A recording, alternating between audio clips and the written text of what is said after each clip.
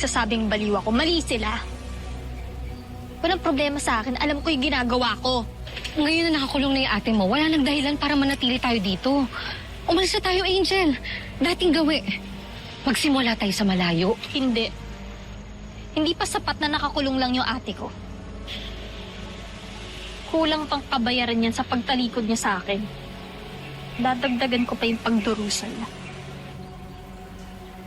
Habang nakakulong siya at wala siyang magawa, aagawin ko yung buhay niya. Aangkinin ko yung pinaka-importanting bagay sa buhay niya. Ang pamilya niya. At sisiguraduhin ko na wala na siyang babalikan kapag nakalaya na siya. It's time for your meds na. Binilan sa akin ni Kuya Marco na painumin na raw kita ng gamot.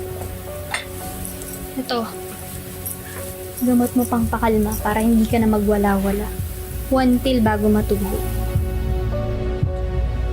Do not exceed recommended dose. It may result to dizziness and loss of consciousness. Alam mo ate, parang hindi ata enough yung 1 pill lang. Dapat mas marami para gumaling ka agad. Kaya ngayon, 3 na. Para I love you. Inumin mo yan. Pero, lukin mo yan ah. O, magtubig ka. Magtubig ka.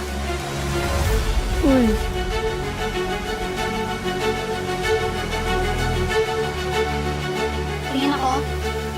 Mami, pinagluloko mo ako eh.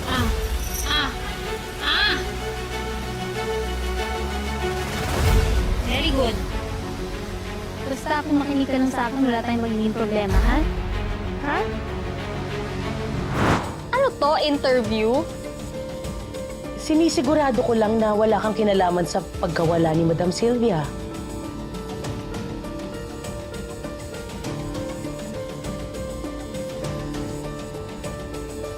Gusto niya malaman yung totoo? O, sige. Aamin na ako. Ako ang dahilan kung bakit nawawala si Ma'am Sylvia.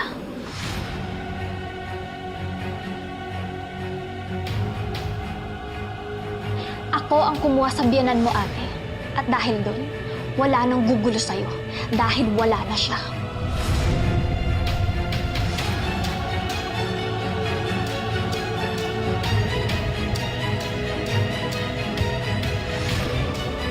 Joke lang! It's a prank! Takot na takot? Takot na takot ka? Ano ba? Seryoso ba? Wala akong kinalaman dyan! Ano yung mga mukha nyo? Sana makita niyo yung mga mukha nyo. Ano bang plano mo kay Ma'am Sylvia? Tutorturein mo hanggang mamatay? Kailangan niya pagdusahan lahat ng pananakit niya sa akin at kay Ate Vanessa.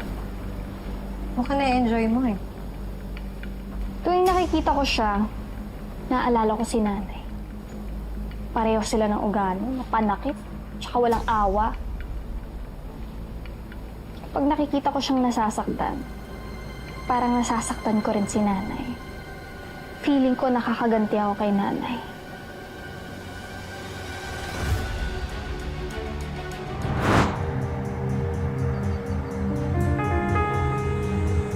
Ikaw, tanda-tanda mo na, nagpapasubo ka pa. Gutom ka, ha? Oh, ito kainin mo. Baboy ka, Angel. Ayaw mo kong tigilan? Umanda ka sa akin.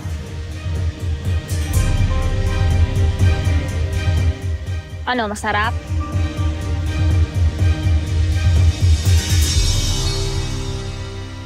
Dok, teka na, Kaz.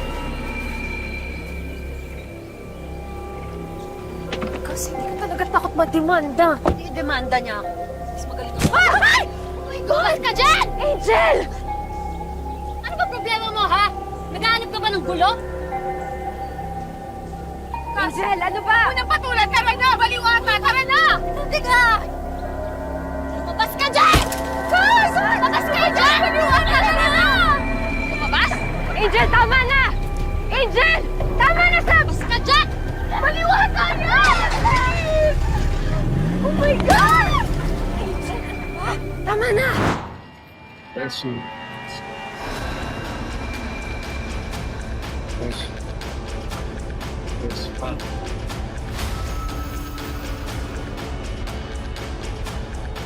Bless you.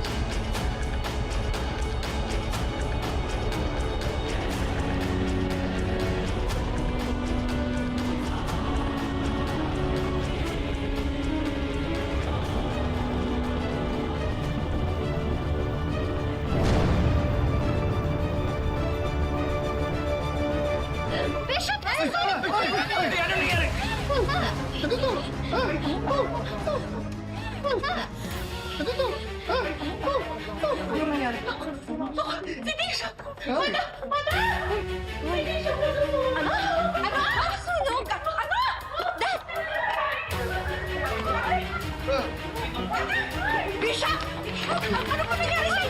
I'm okay. No problem. Yeah, okay lang naman.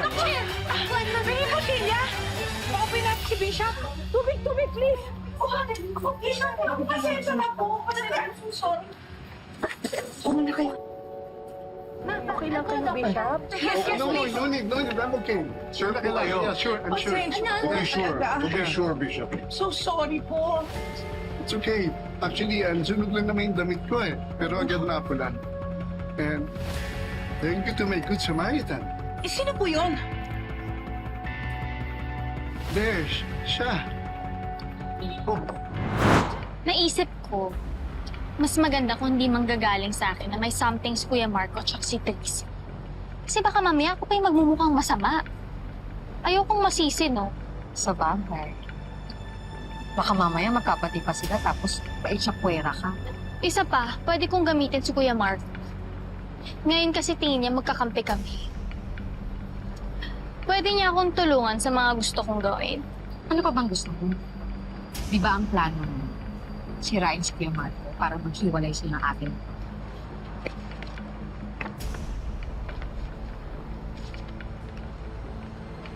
Nakita ko to sa files ni ate. Anong gagawin mo dyan? Hindi ko kailangan magbunyag ng mga sikreto nila.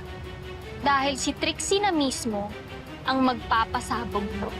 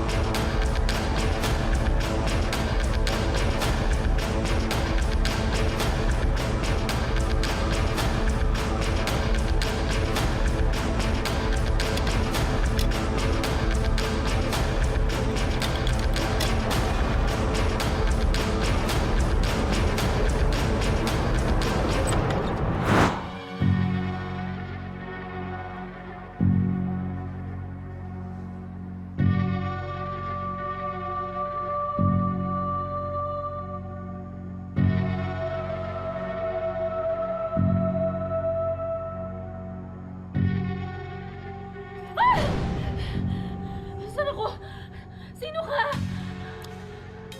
Pakawalan mo ako dito! Ah! Nasaan ako? Pakawalan mo ako! Help! Help! Tulong! Help!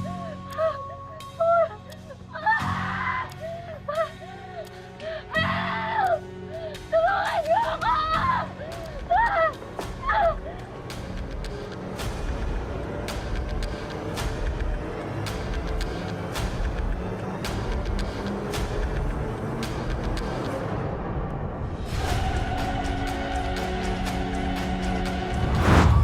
Mamatay ka na nga lang. Hindi mo pa rin ako kayang mahalin.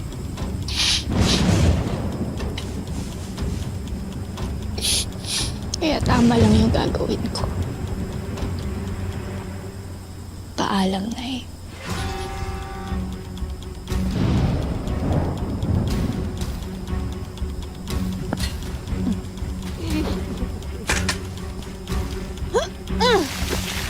Ito!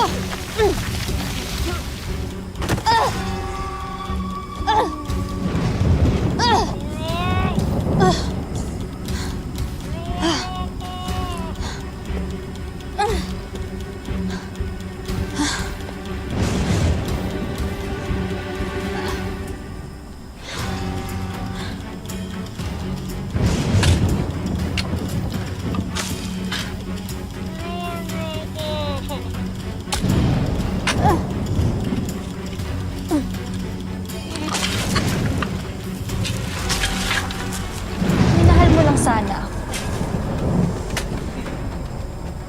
Kung di mo ko trinidor tulad ng iba, eh di sana hindi yan maaabutin mo.